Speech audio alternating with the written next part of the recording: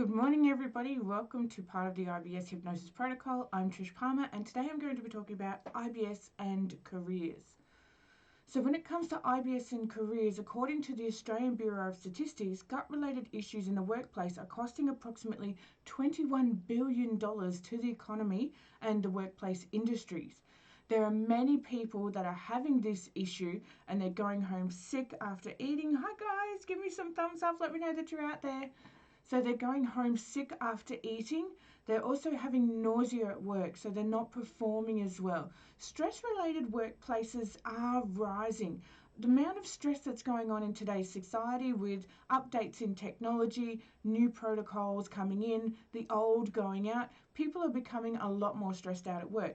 Also, with the cost of living, people are having to have more than one job these days, and that's raising up the stress levels to support their families. When it comes to gas and smells, I actually have had clients that have lost careers just because they actually omit a smell. There are some people that have ileostomy bags, stomas and things like that, and they don't actually pass gas anymore, but they do omit a smell through their skin because it has to come out somewhere, and it will come out through the skin. People who suffer from chronic gas are also getting executed from jobs, and as much as the workplace may not be actually saying that, that is what's being implied for a lot of cases because they can't control the gas anymore because the gut tract is fermenting all the time and it's creating gas that just releases. The control mechanism has just completely gone out the window. There's also rising nutrition issues in our society because so much food is fast nowadays. And even myself, not long ago, I went to the shop and I bought some strawberries, just a small punnet of strawberries, and they were $4.50. And my partner turned around and he said, I want some ice cream. And I'm like, that's okay. I don't eat ice cream myself, but he loves his ice cream. And he got a whole packet of 12 ice creams covered in chocolate for $2. And I was like, no wonder we're messed up when it comes to our nutrition, because the price of the good, healthy stuff is too expensive compared to the fabricated stuff.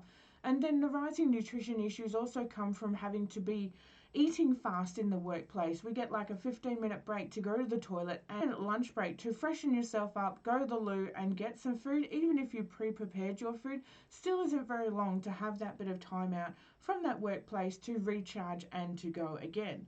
So IBS and careers is actually a very, very big issue, and especially in Australia. I'm going to take you through a story about it soon, and we'll talk about it.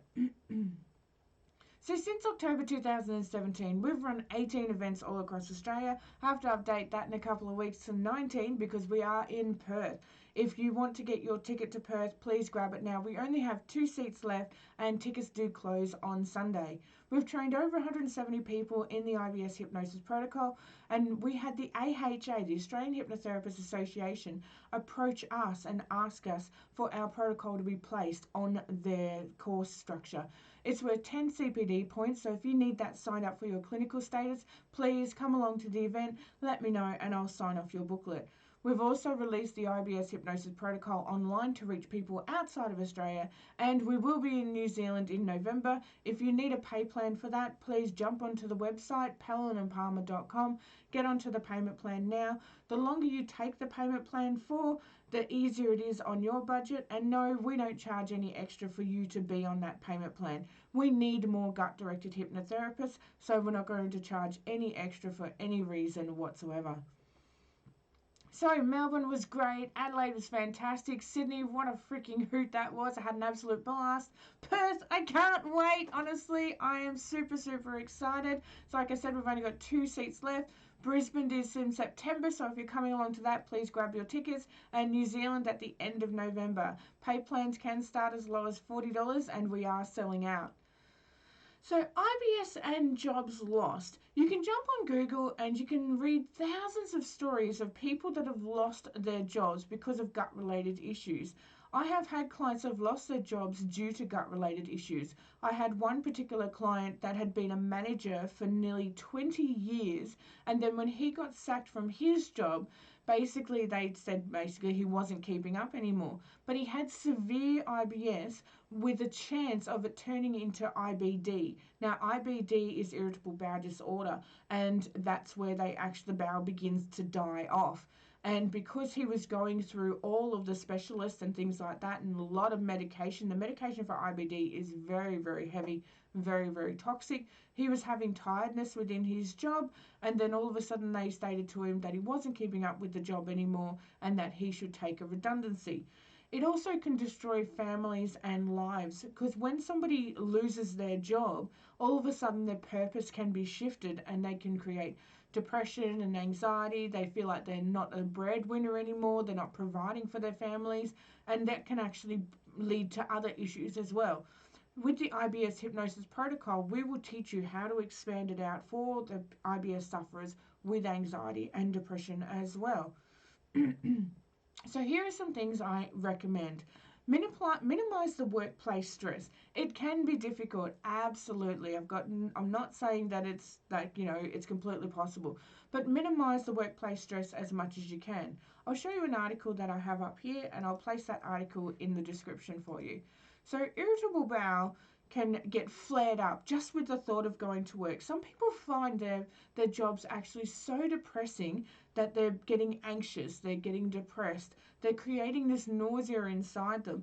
And then when they do get home at night and they get to that timeout period, they're resulting to the bad eating regimes or the alcohol regimes. And then that also is in turn flaring up other areas of their life.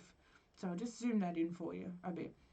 So when it comes to people with irritable bowel disorder, when they first come to me, I actually give them a little bit of a cheat sheet per se, because the cost of care for IBS in America is $1.5 billion a year. That's in the US.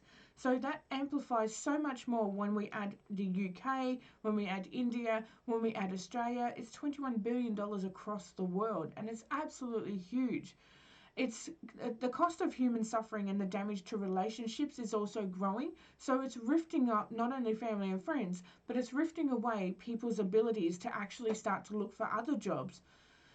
So what we're advising is when a client first comes to me and I know that they have a high stressful job, I actually give them a support sheet per se, so that they can start to support themselves until they go through the protocol and the IBS begins to subside. So I actually say to them, give yourself time to prepare if you have IBS. Then, don't get up 60 minutes before work, have a shower, throw on your clothes, drive to work and get all flustered about it. Get up that little bit earlier and make sure that you're relaxed into your routine. Enjoy having your shower. Sit down and eat your breakfast if that is part of your regime. Sometimes with my IBS clients, I do recommend